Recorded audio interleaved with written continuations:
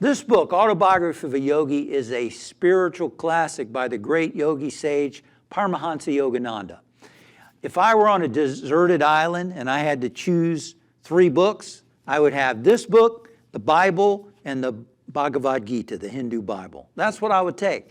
That's how important this book is. It shows you your potential as a spiritual being. And that's why, beginning on April 4th, Thursday, at 6 p.m., I'm going to be doing a series, a 4-week series on this book.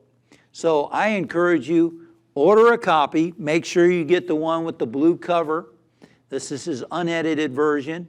And we're going to walk through in 4 weeks from 6 to 7:30 Eastern Time in a Zoom call this book. So I look forward to seeing you. Please join me. Go to the website, unitycenternyc.com, to sign up, and we'll take this journey together beginning April 4th. I'll see you then.